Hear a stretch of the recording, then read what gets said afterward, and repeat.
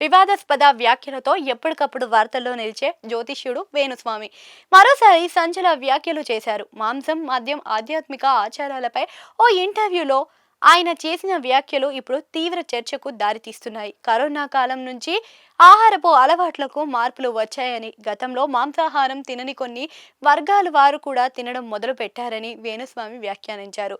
అయితే కరోనా మహమ్మారి సమయంలో వైద్యులు సూచించడంతో చాలా మంది మాంసం తిన్నారని, అంతకు ముందు తినమని చెప్పిన వారే ఎప్పుడు తినను అన్నవారు కూడా ఆ సమయంలో మార్కెట్లో దొరకనంతగా తిన్నారని అన్నారు. డాక్టర్లు చెప్పారు కాబట్టే తిన్నామని అప్పుడు చాలా మంది చెప్పుకొచ్చారు. కానీ చివరకు తిన్నారా లేదా అనేదే అసలు విషయం కదా అని వేణుస్వామి తెలిపారు. ఆ తరువాత దేవుళ్ళు దేవతల విషయాలపై కూడా ఆయన వివాదాస్పద వ్యాఖ్యలు చేశారు. మాంసం, మద్యం అలవాట్లు లేని దేవుళ్ళు అసలు ఎక్కడున్నారని ప్రశ్నించారు. రాముడు క్షత్రియుడని, ఆయన మాంసం తినలేదు అంటూ మాట్లాడారు. చాలా మంది దేవతలు కూడా సూరపానం తీసుకున్నారని చెప్పారు. సూరపానం అంటే మద్యం, సారా అంటూ వ్యాఖ్యానించారు. అప్పట్లో ఇప్పటిలాగా అనేక మద్యం కంపెనీలు లేవని, అందుకే ఒకటే సూరపానం ఉండేదని అన్నారు. ఇప్పుడు పూల నుంచి తీసే సారానే అంటుంది.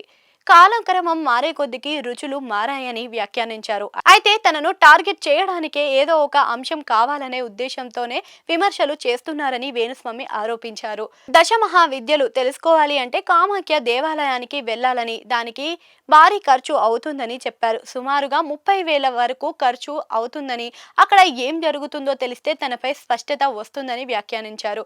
తన మాటలను నమ్మేవారికి నమ్ముతారని, నమ్మని వారు నమ్మరు అని, తనకు అందులో పట్టింపు లేదని వేణుస్వామి చెప్పారు. చాలా మందికి దశమహా విద్యలపై అవగాహన ఉందని తెలిపారు. కానీ మీడియా వల్ల తనకు తెలియకుండానే పబ్లిసిటీ లభిస్తుందని చెప్పారు. సమాచారం ప్రకారం పూజలు కావాలనుకునే వారు తన దగ్గరికే వస్తారని, ఉచిత ప్రచారం తనకు లాభంగా మారుతుందని తెలిపారు. అమ్మవారే అన్ని నిర్ణయిస్తుందని, హిందూ శాస్త్రాలకు వ్యతిరేకిస్తే వ్యవహరిస్తే శిక్షిస్తుందని, తన జోలికి వస్తే అమ్మవారే చూసుకుంటుందని వ్యాఖ్యానించారు. ప్రస్తుతం వేణుస్వామి చేసిన మాంసం, మద్యం అంశాలపై చేసిన వ్యాఖ్యలపై భిన్న అభిప్రాయాలు వ్యక్తపరుస్తున్నాయి. అనేక మంది నెటిజన్లు మండిపడుతున్నారు. ఆధ్యాత్మిక వర్గాలలో సోషల్ మీడియాలో పెద్ద చర్చకు కారణమవుతున్నాయి. మరేం జరుగుతుందో వేచి చూడాలి.